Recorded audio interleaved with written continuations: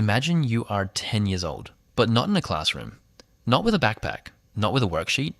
You are standing in tall prehistoric grass. The sun is going down, your stomach is empty, your tribe is moving, and an older hunter points at the ground. There is a footprint, a broken twig, a smell in the air. He asks you what it means. If you answer wrong, you do not lose marks. You lose tomorrow. So here is a strange question. Who invented school? The easy answer is simple. Some ancient civilization did.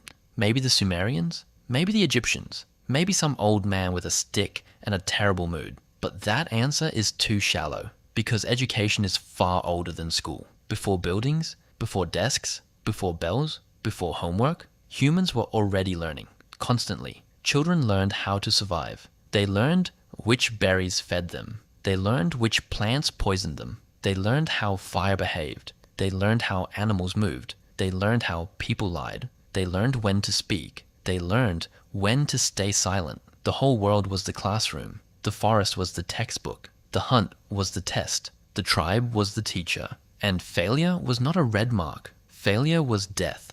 For most of human history, this worked. A child did not sit for 6 hours studying mammoth theory. A child followed adults. They watched, they copied, they failed safely. Then they tried again. This is how ancient humans survived. But there is a deeper reveal. Humans were not just copying. Many animals copy. A young chimp can watch its mother crack nuts. Birds can learn songs. Wolves can learn hunting behavior. But humans did something different. We stacked knowledge. One person discovered something, another improved it. A third taught it. A fourth remembered it. Then the next generation received it without starting from zero. That is the secret weapon of our species. Not claws, not speed, not teeth. Culture, cumulative culture. And this changed childhood.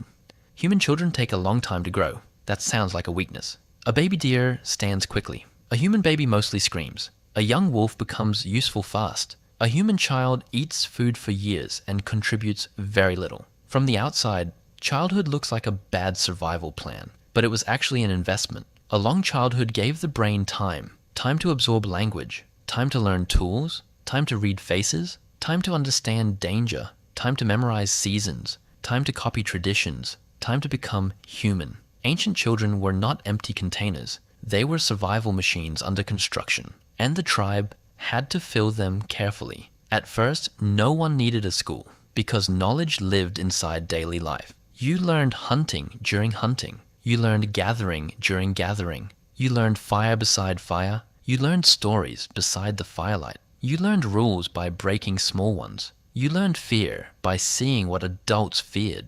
Everything important was nearby. Then civilization changed the problem. Humans settled down. Villages grew. Fields replaced wandering paths. Grain piled up. Animals were owned. Land was divided. Food could be stored.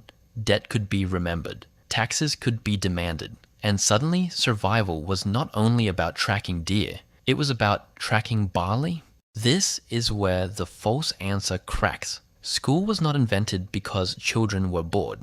School was not invented because adults loved discipline. School emerged because civilization created too much information.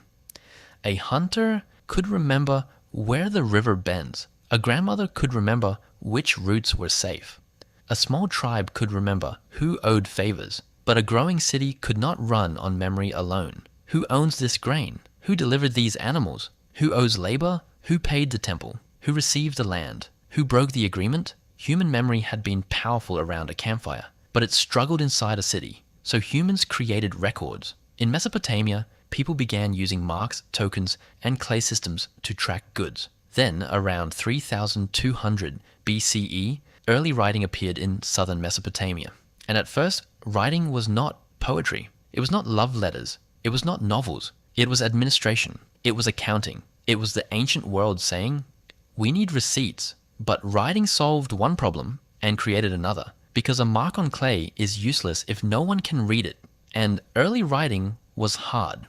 It was not 26 simple letters. It was a complex system of signs. Signs for words, signs for sounds, signs for numbers, signs for things only trained people understood. A child could learn farming by following a farmer. A child could learn pottery beside a potter. But writing was different. You had to practice signs. You had to repeat them. You had to memorize lists. You had to copy models. You had to be corrected. You needed time away from normal work. You needed a specialist. You needed something that looked like school. So school did not begin as a place for everyone. It began as a survival tool for civilization, a way to produce specialists, scribes, accountants, administrators, people who could operate the new invisible world of records. That is the deeper truth. School was born when knowledge stopped being something you only did and became something you had to rehearse before doing. Prehistoric learning happened inside life. Scribal learning happened before life. A future scribe practiced fake accounts before managing real grain. A future administrator copied texts before touching official records. A learner trained on symbols before entering power. That delay between childhood and expertise needed a home. School became that home.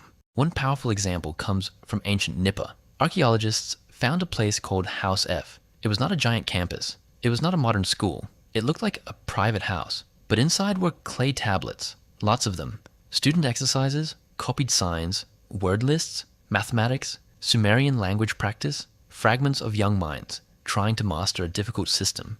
And the most human part is this: they made mistakes. Thousands of years ago, some student pressed a reed into clay and got it wrong, then tried again. The technology was simple: wet clay, a stylus, a model to copy, a teacher nearby. Repeat, correct, repeat again. It feels familiar because the structure survived. Model, imitation, correction, practice, competence. That is school in its ancient skeleton. The Mesopotamian educational world was sometimes called the tablet house. That name is perfect because the tablet house was not just a room. It was a machine for turning children into scribes. But we should be careful. There was probably no single day when school was invented. No ancient principal stood up and declared, "From now on, children shall suffer indoors." Institutions grow slowly. Cities needed records. Records needed writing. Writing needed scribes. Scribes needed training. Training became organized. And organized training became school. But once school existed, another force entered: power. Because knowledge is never neutral. If only a few people can read the records, those people become important. If only a few people understand the laws, they gain status. If only a few people can write for temples, kings, merchants, and courts, they sit close to authority. Education started as a solution to information. Then it became a gate. Ancient Egypt showed this clearly. Scribes were respected. Writing opened doors. Manual labor was often mocked in instructional texts. The message was simple: study and you rise. Fail and you sweat. It was ancient career advice and ancient propaganda. Because school did not only teach skills, it taught hierarchy. It taught which work mattered, which language was prestigious, which texts were sacred, which people were educated, which people were ordinary. This is one of the most important reveals. School preserves knowledge, but it can also preserve power. Later, Greek and Roman education moved in new directions. Elite boys studied reading, writing, music, literature, physical training, grammar, philosophy, rhetoric. And rhetoric was not just speaking nicely, it was political technology. In Rome, the person who argued well could win cases, win influence, win power. Human education had moved far from berries and footprints. Now people were teaching teenagers how to defeat each other with words. But most humans were still outside these systems. Formal education took resources. A child in school was a child not working. Advanced learning belonged mostly to families with status. So from the beginning, school carried two truths. It expanded the human mind, and it separated humans from each other. That ancient tension still exists. Now look at a modern classroom. It seems completely different. No clay tablets, no reed stylus, no temple grain records. There are laptops, whiteboards, exams, apps, notifications, a glowing screen with 17 open tabs, and one assignment due yesterday. But underneath, the old structure remains. Society chooses important knowledge. It organizes it, it gives learners exercises, it places them under trained people, it corrects mistakes, it repeats the process until competence appears. The materials changed. Clay became papyrus, papyrus became parchment, parchment became paper, paper became screens. But the survival logic stayed. Humans discovered that knowledge could live outside the body, in marks, in books, in systems, in institutions. And once knowledge could be stored, it could be transferred to someone who had never experienced the original discovery. That is almost magical. A child can learn mathematics they did not invent, stories they did not witness, tools they did not build, ideas from people dead for thousands of years. School became one of the machines that moves the dead into the minds of the living. So, who invented school? The truest answer is uncomfortable. Nobody and everybody. School emerged because ancient humans became too successful at remembering. We learned so much that watching adults was no longer enough. Our knowledge became too deep.